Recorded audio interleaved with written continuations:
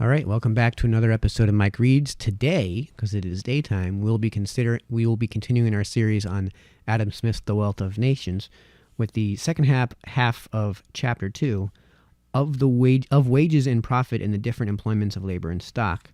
And Part 2 is entitled Inequalities Occasioned by the Policy of Europe. So this section is actually 30 or so pages long. I think it's 34 pages long. There is a clear break on page 177 for me, so I think we're going to read 14 pages today. Like I've said before, I try to keep these reads to about 30 minutes a day or night. So what we'll do is we'll stop halfway through page 117, and there's a clear break there. There's a clear stopping point there, and we'll get to that. So let's go ahead and dive right into Part 2. Inequalities occasioned by the policy of Europe. Such are the inequalities in the whole of the advantages and disadvantages of the different employments of labor and stock, which the defect of any of the three requisites above mentioned must occasion, even where there is the most perfect liberty. By the policy of Europe, by not leaving things at perfect liberty, occasions other inequalities of much greater importance. It does this chiefly in the three following ways. First, by restraining the competition in some employments to a smaller number than would otherwise be disposed to enter into them. Secondly, by increasing it in others beyond what it naturally would be. And thirdly, by obstructing the free circulation of labor and stock, both from employment to employment and from place to place. First, the policy of Europe occasions a very important inequality in the whole of the advantages and disadvantages of the different employments of labor and stock by restraining the competition in some employments to a smaller number than might otherwise be disposed to enter into them. The exclusive privileges of corporations are the principal means it makes use of for this purpose. The exclusive privilege of an incorporated trade necessarily restrains the competition in the town where it is established to those who are free of the trade. To have served an apprenticeship in the town, under a master properly qualified, is commonly the necessary requisite for obtaining this freedom. The bylaws of the corporation regulate sometimes the number of apprentices which any master is allowed to have, and almost always the number of years which each apprentice is obliged to serve. The intention of both regulations is to restrain the competition to a much smaller number than might otherwise be disposed to enter into the trade. The limitation of the number of apprentices restrains it directly. A long term of apprenticeship restrains it more indirectly, but as effectually, by increasing the expense of education. In Sheffield, no master cutler can have more than one apprentice at a time, by a bylaw of the corporation. In Norfolk and Norwich, no master weaver can have more than 2 apprentices, under pain of forfeiting £5 a month to the king. No master hatter can have more than 2 apprentices anywhere in England, or in the English plantations, under pain of forfeiting £5 a month, half to the king, and half to him who shall sue in any court of record. But these regulations, though they have been confirmed by a public law of the kingdom, are evidently dictated by the same corporation spirit which enacted the bylaw of Sheffield. The silk weavers in London had scarce been incorporated a year when they enacted a bylaw restraining any master from having more than 2 apprentices at a time. It required a particular act of Parliament to rescind this bylaw. 7 years seems anciently to have been, all over Europe, the usual term established for the duration of apprenticeships in the greater part of incorporated trades. All such incorporations were anciently called universities, which indeed is the proper Latin name for any incorporation whatsoever. The University of Smiths, the University of Tailors, etc., are expressions which we commonly meet with in the old charters of ancient towns. When those particular incorporations which are now peculiarly called universities were first established, the term of years which it was necessary to study in order to obtain the degree of Master of Arts, appears evidently to have been copied from the term of apprenticeship in common trades, of which the incorporations were much more ancient. As to have wrought 7 years under a master properly qualified was necessary in order to entitle any person to become a master, and to have himself apprentices in a common trade, so to have studied 7 years under a master properly qualified was necessary to entitle him to become a master, teacher, or doctor, words anciently synonymous, in the liberal arts, and to have scholars or apprentices, words likewise originally synonymous, to study under him. By the 5th of Elizabeth, commonly called the Statute of Apprenticeship, it was enacted that no person should for the future exercise any trade, craft, or mystery at that time exercised in England, unless he had previously served to it an apprenticeship of 7 years at least. And what before had been the bylaw of many particular corporations became in England the general and public law of all trades carried on in market towns. For though the words of the statute are very general, and seem plainly to include the whole kingdom, by interpretation its operation has been limited to market towns, it having been held that in country villages a person may exercise several different trades, though he has not served a 7 years' apprenticeship to each, they being necessary for the conveniency of the inhabitants, and the number of people frequently not being sufficient to supply each with a particular set of hands.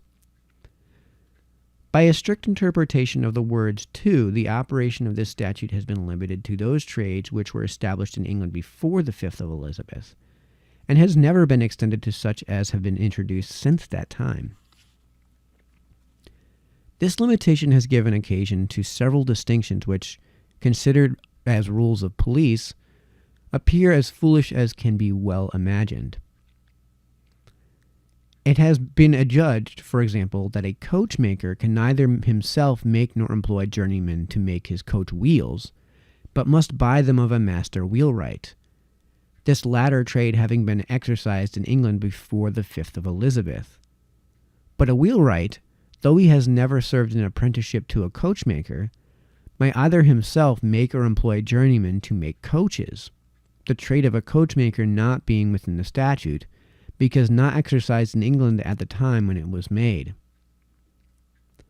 The manufacturers of Manchester, Birmingham, and Wolverhampton are many of them, upon this account, not within the statute, not having been exercised in England before the 5th of Elizabeth. In France, the duration of apprenticeships is different in towns and in different trades. In Paris, 5 years is a term required in a great number, but before any person can be qualified to exercise a trade as a master, he must, in many of them, serve 5 years more as a journeyman. During this latter term he is called the companion of his master, and the term itself is called his companionship. In Scotland there is no general law which regulates universally the duration of apprenticeships. The term is different in different corporations. Where it is long, a part of it may generally be redeemed by paying a small fine. In most towns, too, a very small fine is sufficient to purchase the freedom of any corporation. The weavers of linen and hempen cloth, the principal manufacturers of the country, as well as all other artificers subservient to them, wheelmakers, reel-makers, etc., may exercise their trades in any town corporate without paying any fine. In all towns corporate, all persons are free to sell butcher's meat upon any lawful day of the week. 3 years is in Scotland a common term of apprenticeship, even in some very nice trades, and in general I know of no country in Europe in which corporation laws are so little oppressive. The property which every man has in his own labor, as it is the original foundation of all other property, so it is the most sacred and inviolable. The patrimony of a poor man lies in the strength and dexterity of his hands, and to hinder him from employing this strength and dexterity in what manner he thinks proper without injury to his neighbor is a plain violation of this most sacred property. It is a manifest encroachment upon the just liberty both of the workman and of those who might be disposed to employ him. As it hinders the one from working at what he thinks proper, so it hinders the other from employing whom they think proper. To judge whether he is fit to be employed may surely be trusted to the discretion of the employers whose interest it so much concerns. The affected anxiety of the lawgiver lest they should employ any improper person is evidently as impertinent as it is oppressive. The institution of long apprenticeships can give no security that insufficient workmanship shall not frequently be exposed to public sale. When this is done, it is generally the effect of fraud, and not of inability, and the longest apprenticeship can give no security against fraud. Quite different regulations are necessary to prevent this abuse. The sterling mark upon plate, and the stamps upon linen and woolen cloth give the purchaser much greater security than any statute of apprenticeship. He generally looks at these, but never thinks it worthwhile to inquire whether the workman had served a 7-year apprenticeship. The institution of long apprenticeships has no tendency to form young people to industry. A journeyman who works by the piece is likely to be industrious because he derives a benefit from every exertion of his industry. An apprentice is likely to be idle, and almost always is so, because he has no immediate interest to be otherwise. In the inferior employments, the sweets of labor consist altogether in the recompense of labor. They who are soonest in a condition to enjoy the sweets of it are likely soonest to conceive a relish for it, and to acquire the early habit of industry. A young man naturally conceives an aversion to labor, when for a long time he receives no benefit from it. The boys who are put out to apprentices from public charities are generally bound for more than the usual number of years, and they generally turn out very idle and worthless. Apprenticeships were altogether unknown to the ancients. The reciprocal duties of master and apprentice make a considerable article in every modern code. The Roman law is perfectly silent in regard to them. I know no Greek or Latin work, I might venture, I believe, to assert that there is none, which expresses the idea we now annex to the word apprentice, a servant bound to work at a particular trade for the benefit of a master during a term of years upon condition that the master shall teach him that trade. Long apprenticeships are altogether unnecessary. The arts, which are much superior to common trades, such as those of making clocks and watches, contain no such mystery as to require a long course of instruction. The first invention of such beautiful machines, indeed, and even that of some of the instruments employed in making them, must, no doubt, have been the work of deep thought and long time, and may justly be considered as among the happiest efforts of human ingenuity.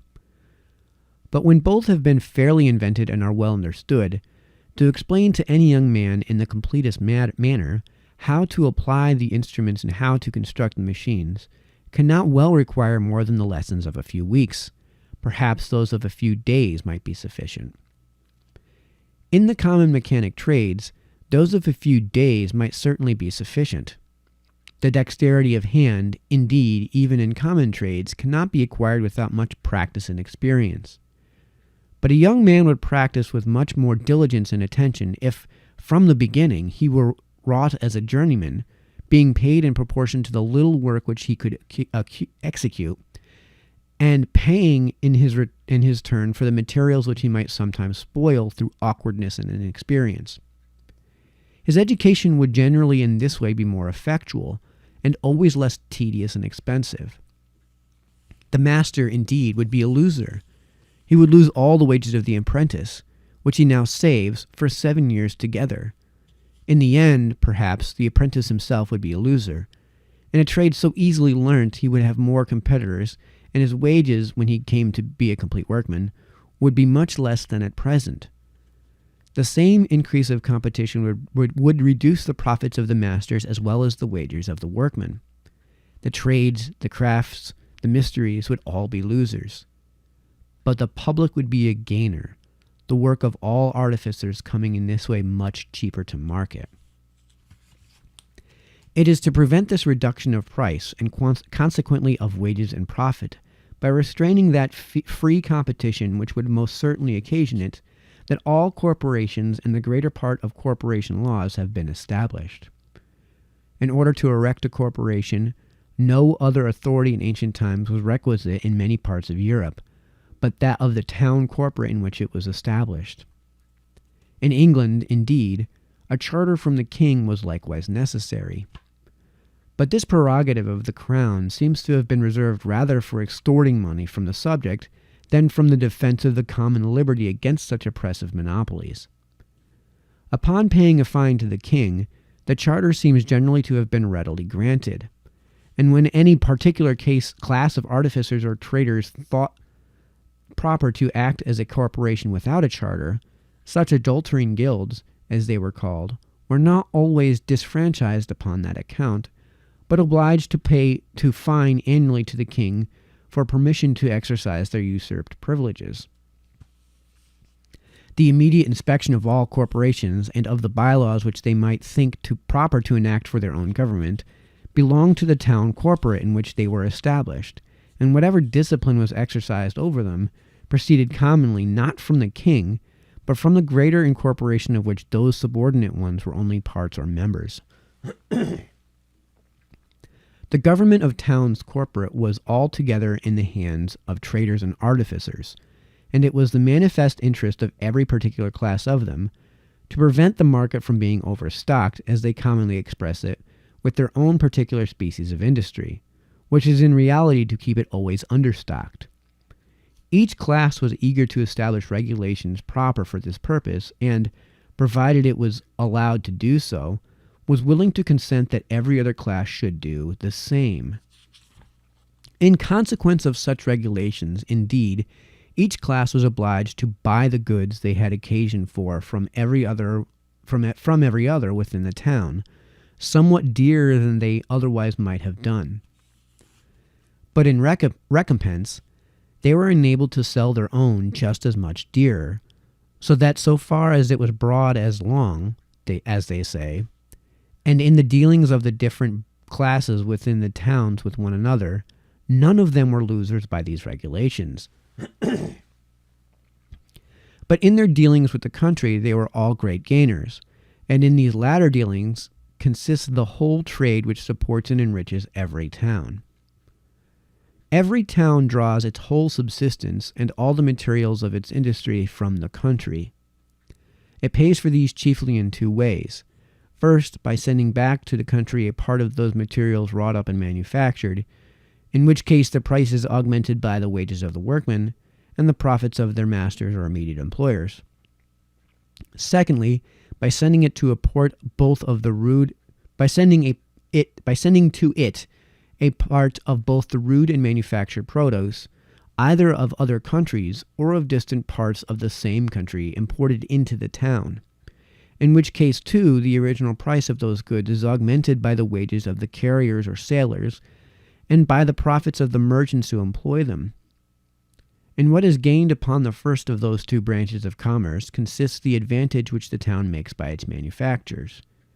In what is gained upon the second, the advantage of its inland and foreign trade. The wages of the workmen, and the profits of their different employers, make up the whole of what is gained upon both. Whatever regulations, therefore, tend to increase those wages and profits beyond what they otherwise would be, tend to enable the town to purchase, with a smaller quantity of its labor, the produce of a greater quantity of the labor of the country.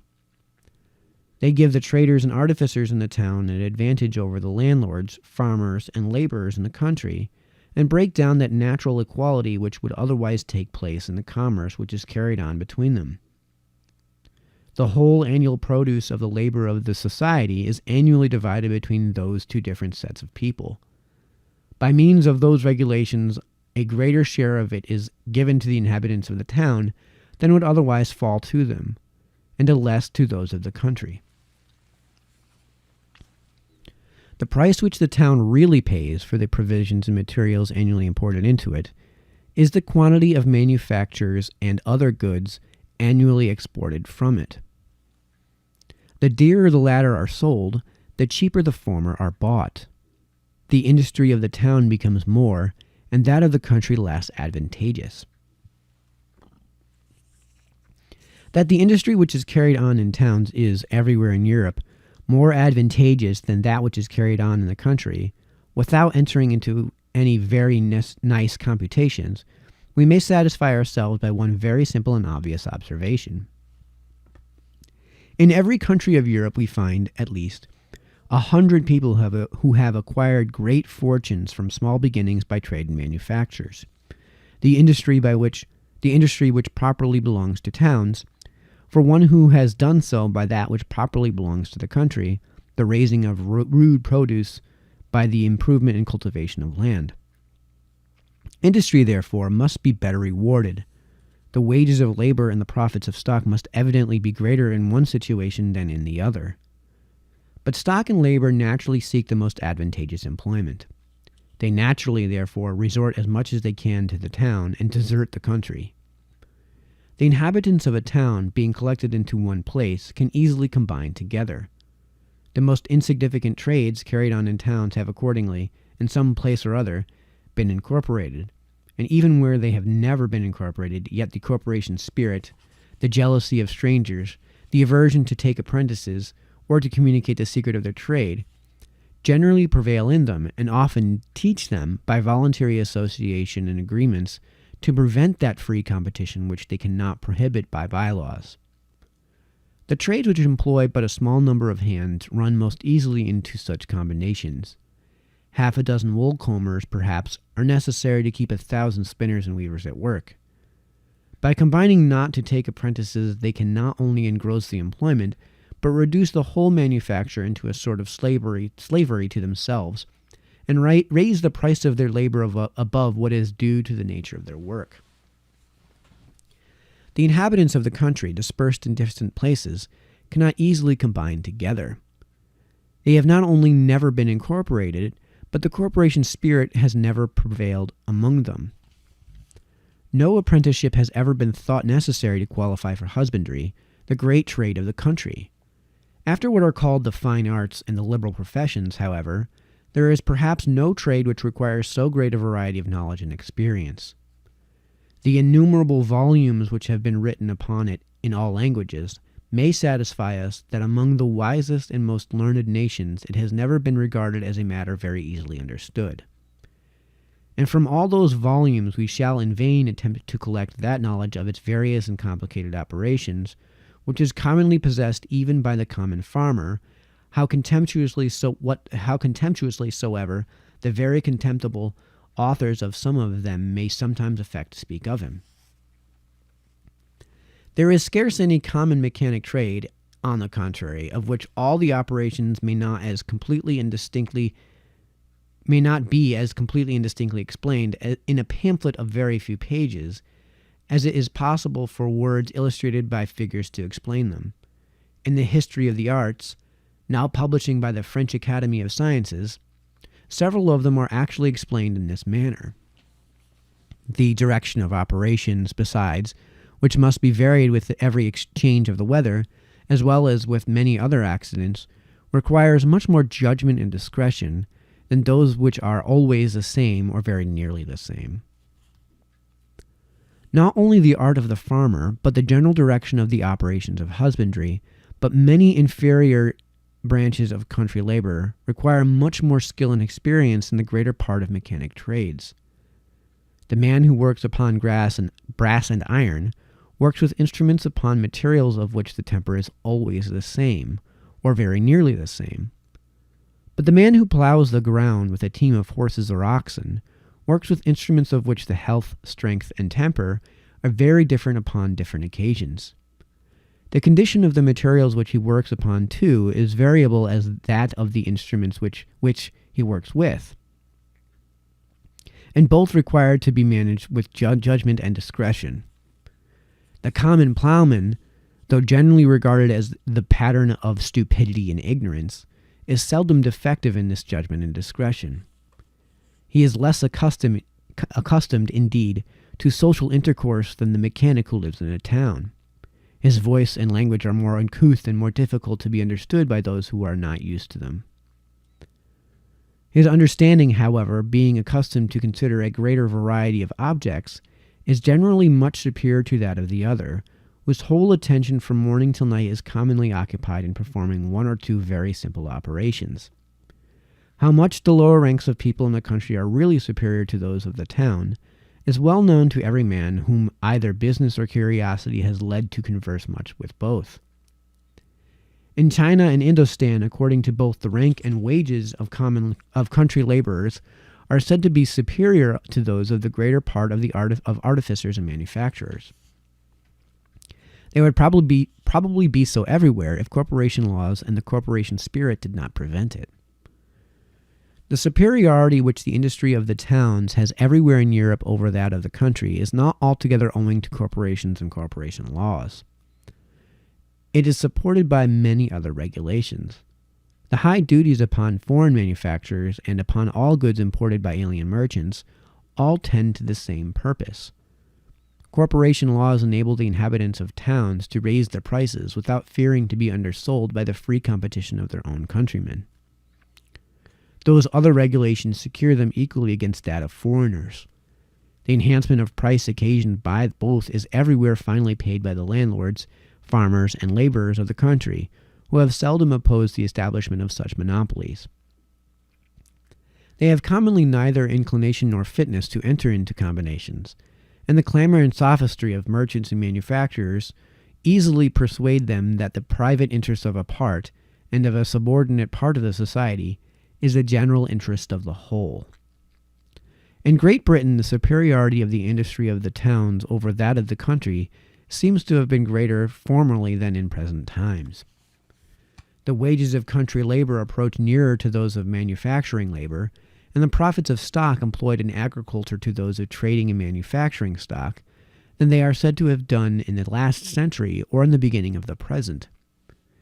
This change may be regarded as the necessary, though very late consequence of the extraordinary encouragement given to the industry of towns. The stock accumulated in them comes in time to be so great that it can no longer be employed with the ancient profit in that species of industry which is peculiar to them. The industry has its limits like every other, and the increase of stock by increasing the competition necessarily reduces the profit. The lowering of profit in the town forces out the stock to the country where, by creating a new demand for country labor, it necessarily raises its wages. It then spreads itself, if I may say so, over the face of the land, and by being employed in agriculture it is in part restored to the country, at the expense of which, in a great measure, it had originally been accumulated in the town. That everywhere in Europe the greatest improvements of the country have been owing to such overflowings of the stock originally accumulated in the towns, I shall endeavor to show hereafter, and at the same time to demonstrate that though some countries have by this course attained a considerable degree of opulence, it is in itself necessarily slow, uncertain, liable to be disturbed and interrupted by innumerable accidents, and in every respect contrary to the order of nature and of reason. The interests, prejudices, laws, and customs which have given occasion to it, I shall endeavor to explain as fully and distinctly as I can in the third and fourth books of this inquiry. Okay, so that gives us kind of a natural stopping point right there, with about 20 pages to go in this chapter. 20 more pages to go in this chapter. So we're going to finish right there, and tomorrow we'll continue in our series on Adam Smith's The Wealth of Nations, which the second half of Chapter 10, Part 2, entitled Inequalities Occasioned by the Policy of Europe. So until then, this has been Mike, signing off.